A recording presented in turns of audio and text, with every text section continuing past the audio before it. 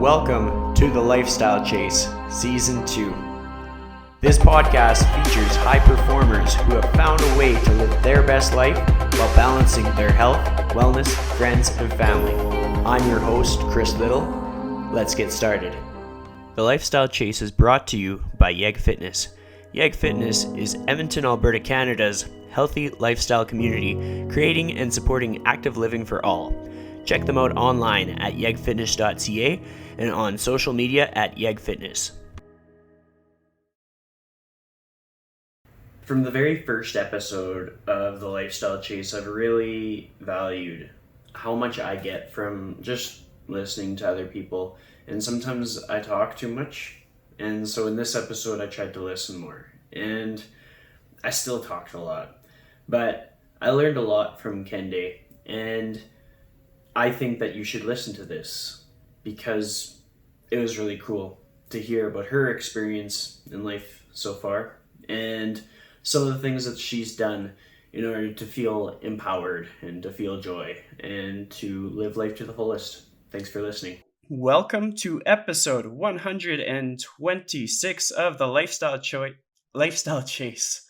That's the first time I've ever messed up the title of the episode, but we're going to keep rolling. I am joined today by Kehinde Anjorin. How are you doing?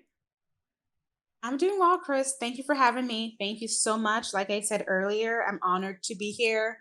I think what you're carving out in this space is very important, and it's vital that you're giving us a space to talk, not only about fitness, but about wellness. So thank you so much.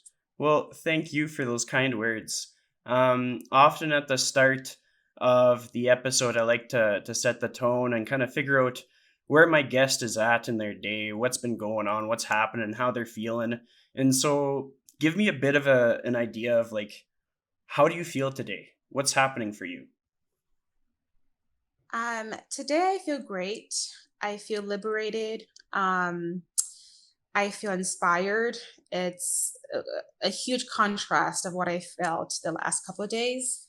And I'm pretty sure your audience and you're aware of like what's going on in our country right now with police brutality, racial injustice, and the conversation that's being had around that. My days have not been great, but today I think I woke up reinvigorated. I woke up more positive. I woke up more inspired.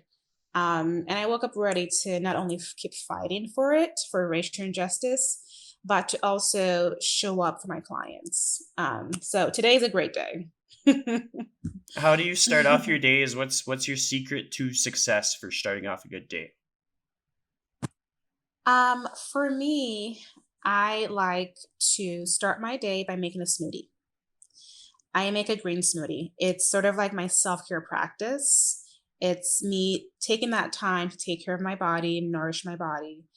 So I do that. I do my skincare. I'm a woman and skincare is vital to me. So that's also a self-care component that I incorporate when I start my day. So a green smoothie, a skincare routine. That's really it.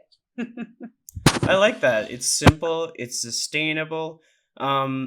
So to give my listeners or watchers some backstory to you, I want to know like what is your description as you are as a professional, as a human being, just like how do you describe yourself? What are the things about you that you're the most proud of?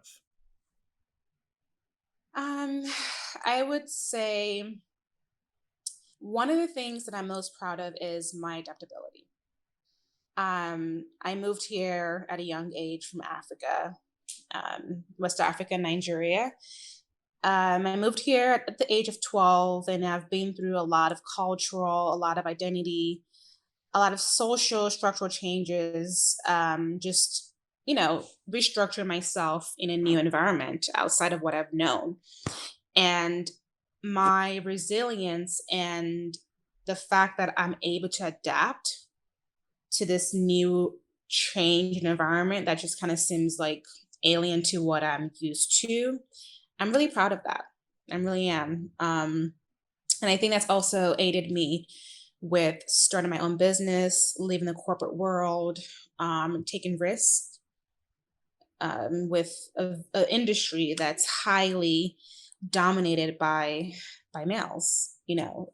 Being able to sort of like live my fashion retail job and like dive into the fitness industry, it's a huge risk as a woman as well. So I think my resiliency and being able to just sort of adapt as being one of the best things I would say that I'm proud of. Well, I think that's a really positive skill to have during times like this. Like the year 2020 has been unlike anything I could have ever imagined for 1 year. Like I'm Yeah. ready to just turn off the year 2020, move on to 2021, but we can't necessarily do that. We have to show up to our day with our best. And a word that you used that really got me thinking was you used the word like invigorate. I Mm. want to know, like, what are the tools in your toolbox for invigorating yourself and invigorating the people around you and in your life? Mm. For me is really just tapping into my center, really tapping into things outside of fitness that inspires me. So for people who don't know me, I'm a huge plant mother. I have so many plants because it centers me. It's like there's something really cathartic about growing plants in your home, caring for them, misting them, watering them, soil changing. And the atmosphere this creates in your environment, it just sort of sets the stage for everything else in your life. It's the impetus of me waking up and feeling so invigorated. I mean, I'm like with nature when I wake up. So plant caring for my plants is one thing that I do. I'm not really good at meditating, but I'm starting to incorporate it. I remember years ago when I was going through a very hard time in my life, meditating was also solace that helped me go through it. And I'm starting to adopt it again. And I'm realizing, oh my God, it's so good. Why did I stop it? So I'm trying to be more consistent with meditating. I would say those are the two practices that really invigorates me, like caring for my plants and adopting little meditational tools here and there throughout my day. And then when it comes to like clients or friends and family, like something works for you, but do you ever find success in trying to help others through the things that have helped you, or do you have to almost like figure them out, like learn more about them in order to help them? Like just share some of your experiences along those lines with me if you can. With my clients, Yeah, well, clients are just anybody just that you spend time with day to day. I would say an example would be my twin sister. I have a twin sister that I live with, and with the COVID, obviously, she's battling, trying to find ways to find joy, little pockets of joy in this moment. And she's currently unemployed, and I don't try to force like what makes me happy. I try to understand her, like, okay, like, so what do you like to do? What makes you happy? What brings you joy? And I just let her speak. I listen to her. I ask those questions. I lead her. It's almost like guiding her into finding her way. And then she sort of finds her path and she goes, oh, this is what I enjoy. This is what I like to do. And she adopts it. So I think it's me just allowing people to just speak, and through their speaking, they sort of illuminate their own path and they kind of figure out, what the answer is just by speaking. And I just listen, basically. Yeah, I that answer was awesome. It got me curious. You talked about plants. What else aside from plants brings you joy? Like you're in the fitness space, you're doing all kinds of cool things. What of those things really stands out in your life that brings you joy? Within the fitness space, Anything in your life, but seeing as how like you do occupy a pretty good space, and like I've seen your name come up in several different fitness professionals feeds, and so I mean, fitness would be a big component of your life, and so I hope yeah, that some of it brings you joy, but you can speak to anything that you want. it, it certainly does. Oh, traveling. I don't even know why I forgot traveling. Oh my God. Traveling is also a big component of my joy. And it's not a method of escapism, it's a method of enrichment. Like, I'm trying to experience as much life as I can, as much diversity as I can. So I love to travel. And working out really does bring me joy. I like when I started the fitness industry, I was very skinny, and the reason why I got into it, not professionally, just like before I even looked at it on the professional side, was because I wanted to gain weight. I wanted to put on muscle. I was like just very frail and thin, and I felt like I did not look like a woman. So I was like, I need to feel strong. I need to just feel empowered as a woman. And but now it's changed for me. It makes me happy. Like when I move, when I work out, I just feel those endorphins make me feel so good. So yes, of course, working out and fitness are part of, like, things that bring me joy. But I would say the top two are like my plants and traveling. When you talk about like seeking out diversity and traveling, that's something that I can really relate to. I've like learned the most about myself being the furthest away from things that are normal to me. What's your experience been like with your travels, and like can you think of a time when things just kind of like you were out of your comfort zone but you learned a whole bunch that you didn't expect to learn? Mm. I would say it was in, I think, when did I go to Cuba? I did a solo trip to Cuba in, I believe it was 2017. I've always traveled with my twin sister, and I've always wanted to visit Cuba. Cuba was very interesting. The history is so, it's so dense, it's rich. So I wanted to go to Cuba, and I wanted to experience it firsthand, but no one wanted to go with me. So I took the risk and I said, you know what, I'm going to go alone. And prior to going to Cuba, I tried to learn as much as I can about Cuba. And just going in Cuba and visiting these landmarks that I learned about, it was like such an eye opening experience, and a level of like liberation I felt. We went to Chavez's house, and I was like, oh my God, I know the history behind this man. I'm in his house, I'm sitting on his bed. So I just felt so connected to it. And Cuba is amazing. It changed my life. The people there are amazing. They're so sweet. It's a beautiful country, and I definitely want to go back. And I recommend anyone who has any reservations to please go to Cuba. This podcast was sponsored by Cuba. Just kidding. Hey, Cuba, do you hear me? Listen, sponsor your girl.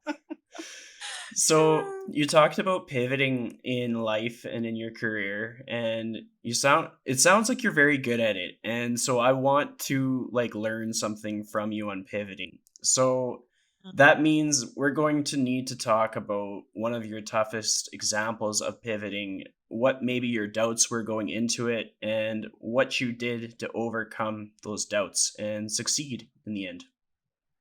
Mm. I would use current times. Actually, no, let me not use current times. I want to be very transparent and authentic. So I'm going to share something that I've only shared with my first podcast. Okay. So when I started the fitness industry professionally, I worked for Equinox. Okay. I used to work in the fashion industry. I was a manager for Helmut Lang and Theory.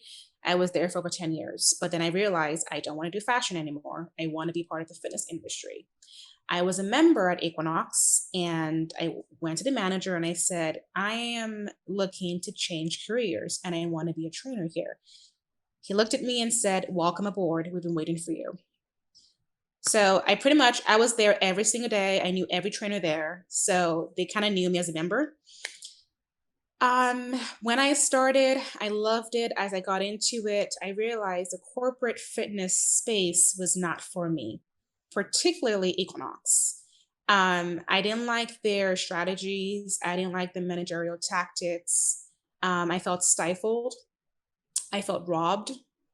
And I'm also not someone that takes like very dictative orders lightly. I am not someone who would ingratiate myself easily. I'm not saying I'm against policy or authority, but working in a corporate environment for Equinox, I felt like a kid. I didn't feel I had the autonomy to be my own person, to make my own decisions. I was micromanaged, and I don't like that. Long story short, I got fired because I voiced myself too much. I spoke up for myself and I got let go. This was only 6 months into my career at Equinox. So you can imagine I have not galvanized as much of a clientele to help me, to propel me into the independent space. Um, I just hit the ground running. I said, okay, they let me go. I reached out to my clients. I was very transparent about what happened. I got an LLC. I started to look for spaces. And I only had 3 clients who came with me. And I started working for independent boutique gyms to build up my clientele again.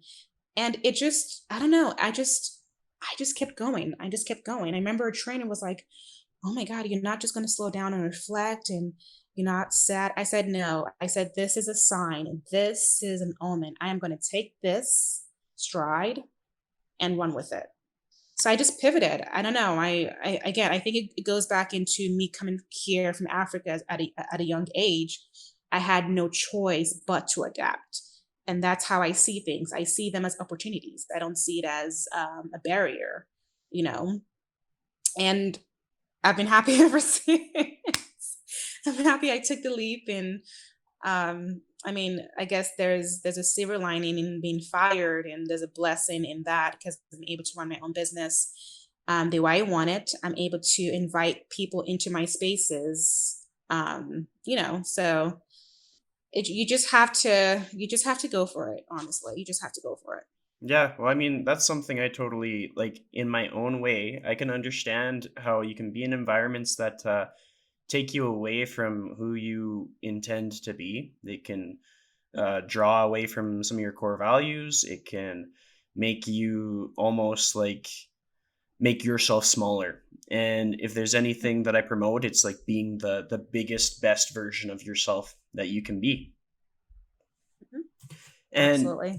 you've spoken about your move from Africa. Like, tell me a bit more about that. Tell me the story of like how it happened, what it was like, whatever you've got. Mhm. So I grew up in Africa for 12 years, but I was actually born in Brooklyn, New York. So my mother was an entrepreneur. She owned like a mini department store in Nigeria. So she was a very savvy traveler. She wanted to travel often to import goods for her stores back in Nigeria. So it so happened that we were born here because she was here on a business trip, and all of a sudden, hey, the twins are ready to come out. So she gave she gave birth to us in New York, Brooklyn. And after we were premature babies, so after we were like released from the hospital, we went back to Africa. And I grew up in Africa for 12 years. I loved growing up in Africa. I love my schools. I love the food. I miss the culture.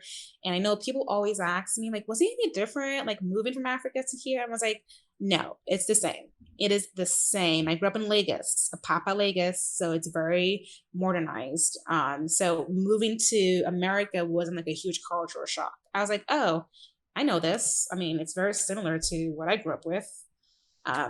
So we moved here because the economy was tanking. My mother could not sustain her business anymore. And she knew that we were American citizens. We had dual citizenship. So we moved here with my uncle. We were in the Central Valley. I don't know if you've heard of the Central Valley. I don't know if you've heard of Sacramento, Modesto. But we grew up in we moved to a very small, quaint town called Atwater, the boonies, the boonies. And I'm a city girl. I mean, Lagos is a city. It's a bustling business city. So to move out of Lagos to a very small farm town, whew, it didn't it didn't work for me. But that move was only supposed to be short term. But my mother just never got back on her feet. To this day, it's been a constant struggle for her to find her way back. And it just became a permanent residency for us. And I moved from Atwater to San Francisco. I went to college in San Francisco State. And then I moved to New York back in 2010. That's awesome. Like I really like just the honesty in just how it wasn't really that different, but I mean like you still had to move around and experience different experiences out of everywhere that you've lived in the US. Like what's a moment that stands out to you and why? And you can like pick any moment that you want. Hmm.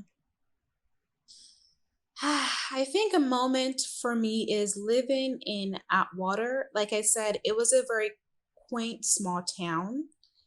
And I think for the first time in my life, I recognized my color as a Black woman.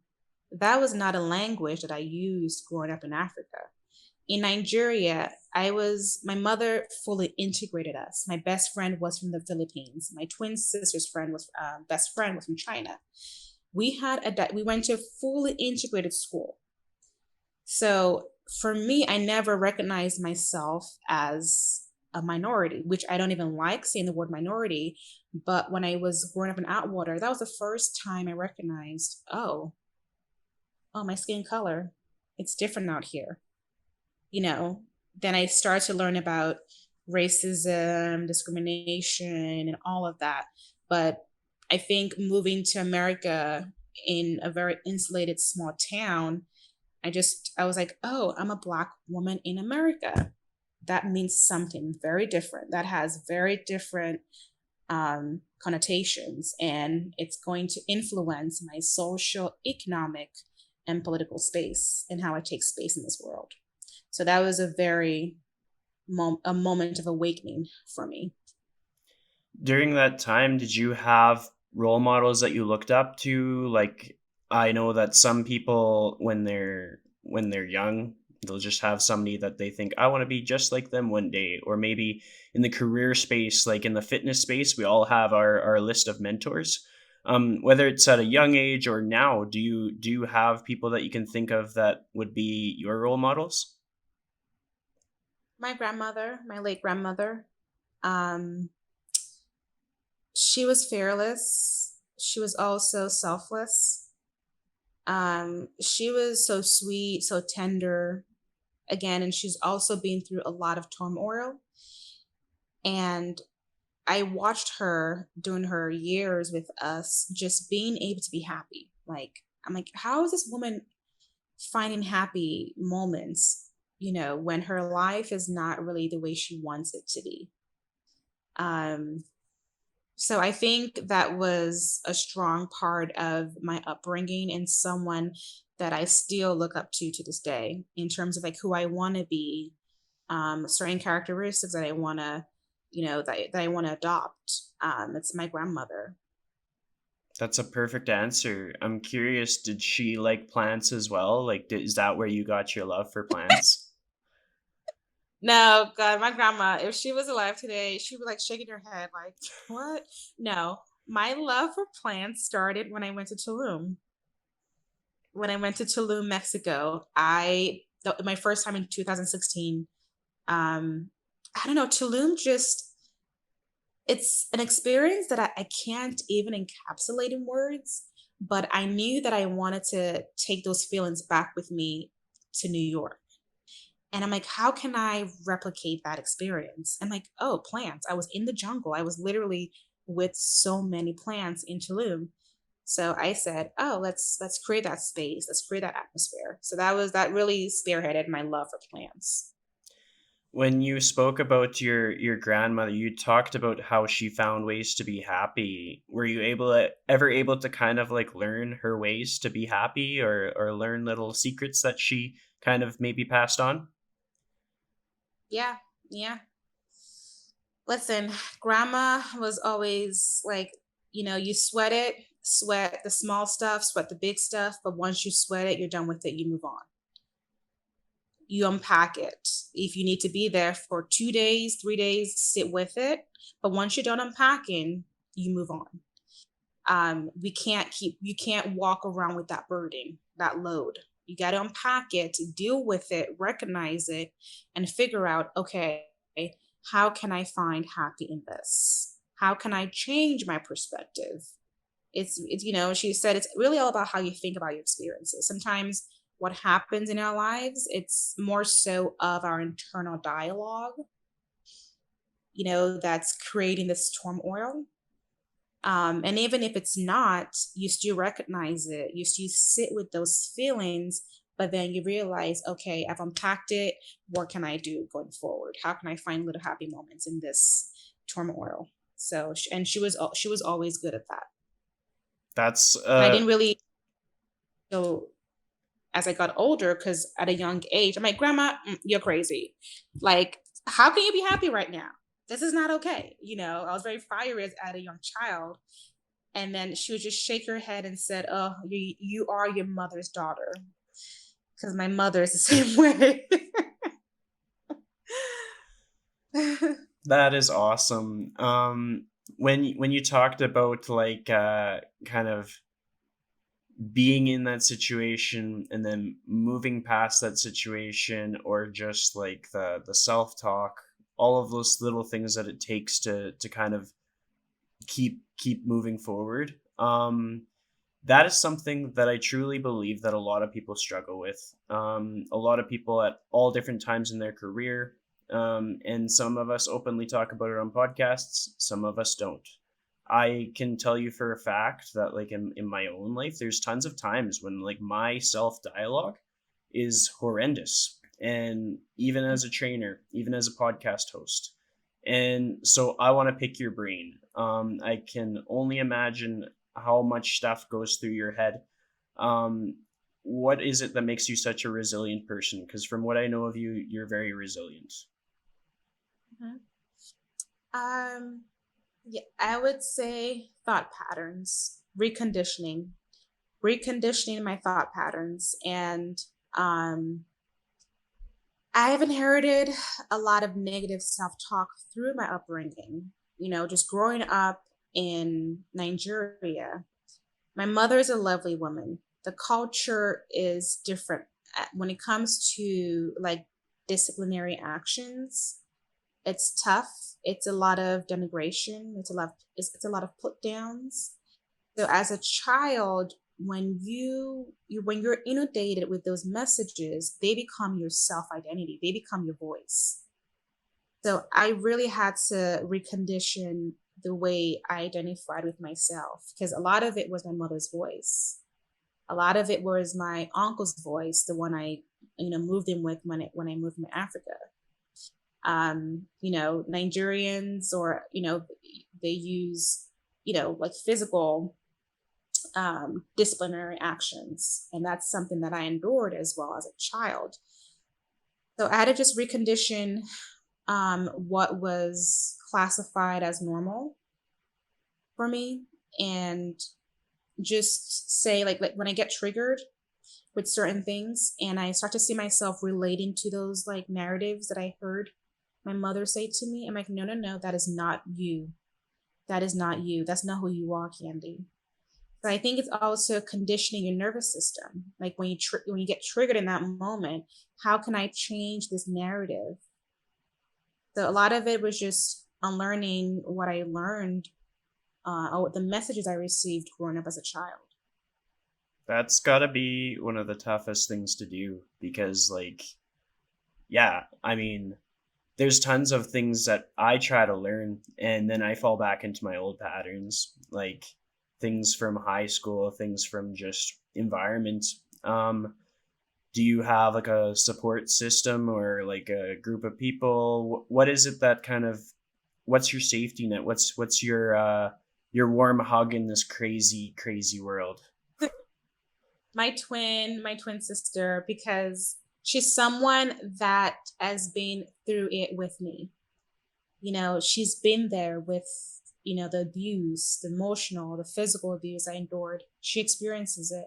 So to have someone who's lived it, it's like it's different. You're able to connect, you're able to destruct and talk about it. So she's been my safe haven in destructing these thought patterns, and just having someone to like really understand me, because she's like, I went through that with you. I really, really, I could empathize. There's a difference between sympathy and empathy. And to find someone who can really give you that empathy, I mean, it's like the best thing in this world. So my twin sister has been my everything. She's been my rock, and that's my safe haven. My big teddy bear. Well, I mean, everybody needs to have like a big teddy bear in the world, and whether that be a trainer that's listening to this that is going through some self discovery, or just a general human being, whether it, like, we need friends that we can just be like, hey, this is what's up. I hope that you understand what it's like to go through this, or just someone to be there to listen. And so Absolutely. with having said that, when it comes to your training, like which certifications that you chose, all of that stuff, like what is your why behind why you train a certain way, why you choose certain certifications, and etc. Um, so I base my choices and certifications based on like, okay, how is this going to benefit my clients? I have a specific group of clients. How is this going to benefit them? Because at the end of the day, I'm not just trying to take a bunch of certs just because I want to be like, oh, I know this and that and third. But how are these certifications giving me actualized plans to put into action that's going to benefit my demographic? So I try not to get caught up in, oh my God, you got to take this. No, I need to know like, okay, is this going to benefit my clients? Um, and my training style, again, it's all about the client experience and their outcomes. I remember I really also had to deconstruct some philosophies I learned at Equinox. A lot of them don't work. Clients are not robots. And I think what the huge missing components, it's not even about, oh my God, we need to get more certs. We need to understand our clients better. We need to develop the emotional languages that would trigger our clients, produce certain outcomes we're looking for. It's not about learning more programming. It's not about that. Like, what makes them click? Like, how can you connect with them on an emotional level? And if you could do that, oh my God, you can do what anything else. But that's a big component that's missing from the industry, is like emotional intelligence when it comes to the fitness environment. No, we don't really have that. And I think a lot of people, a lot of courses, the way they speak, they talk to clients as if they're robots. You're dealing with human beings. They have real emotions. They're not robots. And they have different value systems. So you can't impose your value system on theirs. You need to get to know them better and figure out what makes them click. I So completely that's agree. my It's like you're basically describing my entire philosophy to training. I am just such a, like, I don't know if I would describe myself as a softie or emotional or whatever, but it's just like you got to get to know the people that you're with. You've got to prioritize their values in what you do. It's like, is not so much what the shortened form of that certification looks like in your Instagram bio. It's a lot more so in how big of an impact you can genuinely have in the betterment of the Mhm. people's lives that want to be with you. Like, are you going to Absolutely. help them find joy? Or are you going to take that joy away from them? And are you going to allow them to be at their best in the bodies that they are in? Or are you going to make them feel like their bodies are broken? And I would never want anybody to feel like their bodies are broken. And so I got to figure out how their bodies work and meet their body where their body is at. What language that I had to like stop using was, and language matters, because when I was in Equinox, you do the FMS, you screen process, and it pushed the language of dysfunctional movement patterns. And I'm like, no, no, no, no, no one wants to hear that. No one wants to hear, oh, you have a dysfunctional movement. No. Like that word, I had to take that out of my vocabulary because a client pulled me aside and said, hey, I understand you have to do this as a protocol, but that language is dangerous. It doesn't motivate me. I don't feel inspired. I feel low. I don't feel good about myself. And she says, I would consider changing the language dysfunctional. And that clicked. I was like, oh, so we need to be we need to, pay attention to languages we're using. I know it's like, oh, we want to use languages, this little cute sound bites to make clients like feel like, oh my God, I have a dysfunction, so fix me. No, you don't need to just incite emotional like chaos just because you want to close a sale. You don't need to do that. And that was a big awakening for me when she called me out. I was like, oh, yeah, I need to be careful about what languages I'm using. Well, I mean, it's so true because we reflected on like the impact of different words that have been spoken to you, and I can relate in my own ways, but we're talking about you and your life experiences. And like words are very powerful. Like all of a sudden it can rewrite a lot of things in our life years later. Um with the topic of empowerment, because it came up a few times earlier on, and it really got me thinking like empowerment looks different for everybody, but to learn how one person feels empowered can be empowering for many others. Aside from anything that we've already brought up, I'm going to challenge you to think of 5 times that you've felt empowered and why. 5 times I felt empowered and why. Um, I would say one that we didn't touch on is this current crisis. Just being able to pivot my business and take it virtually.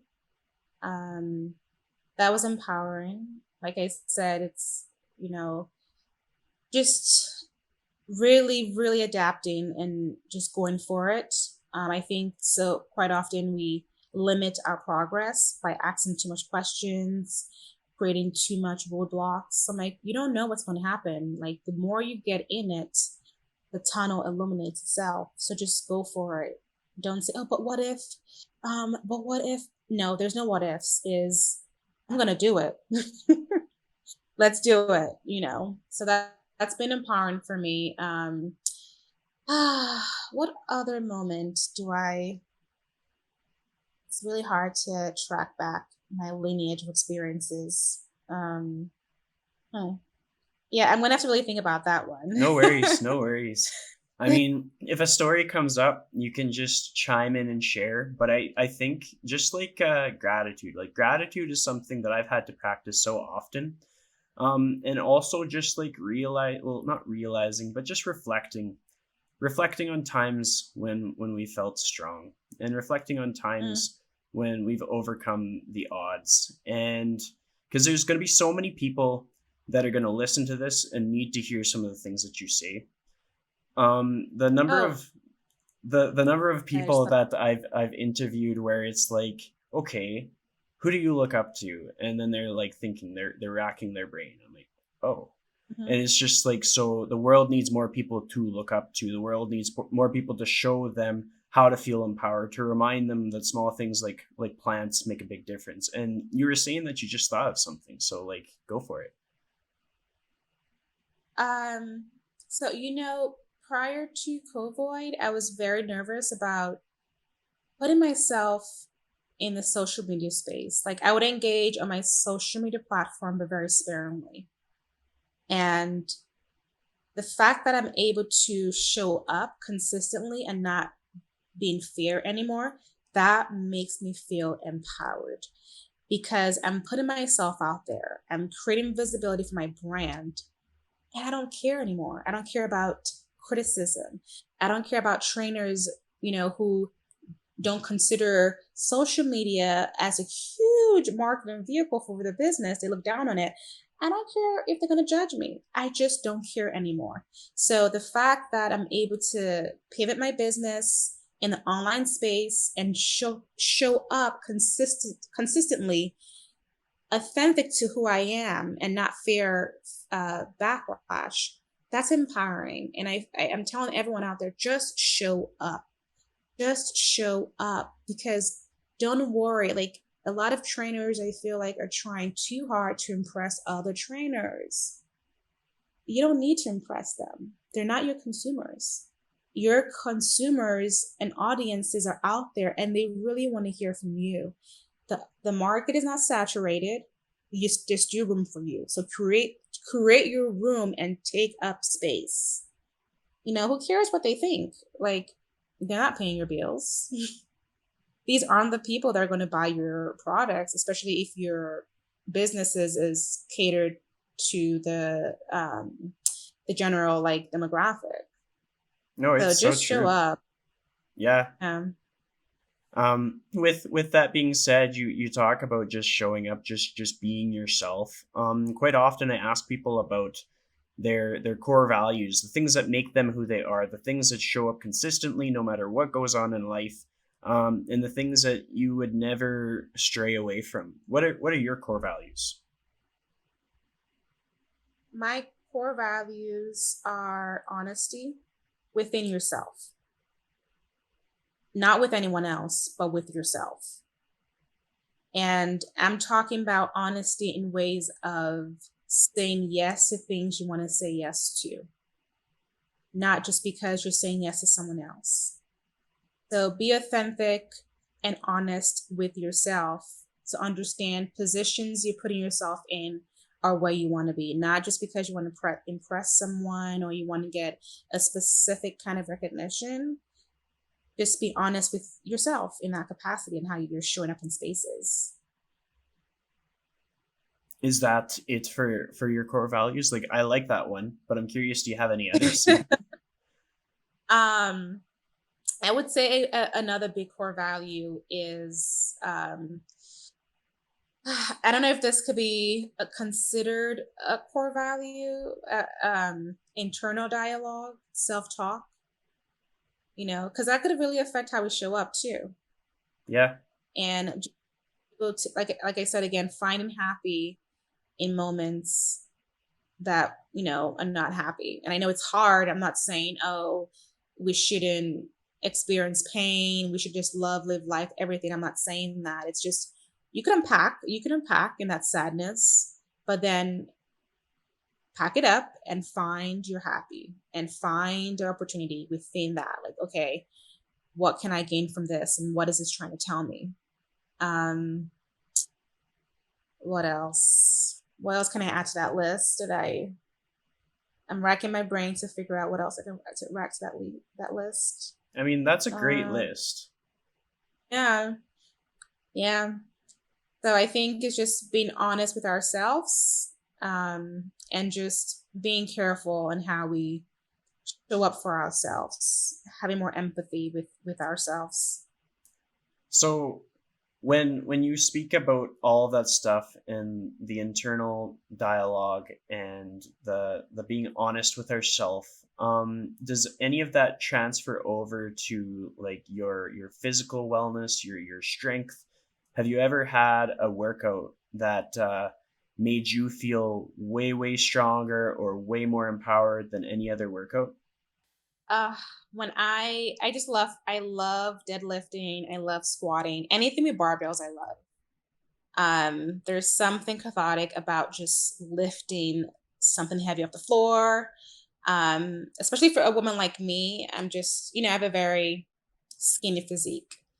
So to be able to, like, lift heavy and pull things off the floor is amazing. I've had people say, "Oh my God, you look so small, or you look so fragile, but you can pick that up." I'm like, "Yeah, I can. Yeah, I just did." So it feels good. It feels good. Well, with the gyms mostly being closed around the world, I mean, some of them are opening up back now. Like, what did you do to achieve that same feeling during COVID? I'm still lifting weights, just using kettlebells, Yeah. and so discovering the power of my own body weight, which it's been humbling. and amazing because I'm able to do things within my own body weight that I couldn't do before. And I think like once is over and then we start to kind of transition back into the gym, I want to do both. I like the balance. I like the variability because I'm not just one to follow a linear structure for a long time. 4 weeks is the max for me, unless I'm just like, okay, I'm bored, let's do something. But being able to move my body weight in ways I've never achieved before is it's amazing. It's very liberating. Well, I find with fitness, the things that I value is when we realize that there's things that we can do that we already have, like we have everything that we need to find success in a thing with just body weight. We tend to Mm, apply that like psychologically out into the real world. We start to realize, oh, wow, like I can actually like be the change that I want to see in the world. Like I can actually be influential. Like there's tons of times like going into this whole like just everything that's going on in the world. I would often think to myself, my inner dialogue was like, it doesn't matter what I say, it doesn't matter what I do, nobody's listening. And I mm. don't quite think that's true. I think some people are listening. So when you talked about internal dialogue, I that just struck a chord with me. Like I was like, yeah, like I need to get me some plants. I need to up my self-talk. Like people are listening. And then I think if we equip other people to do that too, if we give other people the tools to get back on their feet and to believe in themselves and to feel strong and to have the potential within what they already have, then we can really make an impact just as a whole. The next question that I have for you is if you could give one piece of advice on how to live your life in the most like whole way, in a way that feels the most fulfilling and the most abundant, what would that piece of advice be? I would say you're not going to find it in a book. You're not going to find it with me. You're not going to find it with anyone but you. Because quite often people are trying to find their own internal happy through the experiences and achievements of other people. It doesn't work. That worked for them. You could read up on it. You could take it as a okay, this is what they did and incorporate it loosely into your self-development towards your self-happy, but it's always going to come from you. And one thing I tell people is you already know the answer. It's already there. We're looking for something esoteric. We're looking for something out of this world. It doesn't have to be that dramatic. It's like right there in front of you. So if it's plant shopping, if it's getting coffee, if it's, I don't know, waking up at 5 a.m. to do yoga, let it be. Don't complicate it. Don't. Well, I mean, that's such tangible advice. It's something people can really work with. So, at the end of every episode, I give my audience a challenge. But today, I'm not going to give my audience a challenge. You're going to give my audience a challenge. So, I Oh, need you God. to start it off by being like, your challenge for today's episode is, and just put it out there. Okay. Your challenge for today's episode is find your inner happy. I love that. That is perfect. So, thank you so much for joining me today. It's been so good getting to know you. You too. This was fun. This was amazing. I love your energy. I love your presence. You make me feel very comfortable. I feel like I've known you before. And I was looking forward to this, and I'm blown away by how authentic this was and free. So thank you. Thank you so much. Thank you.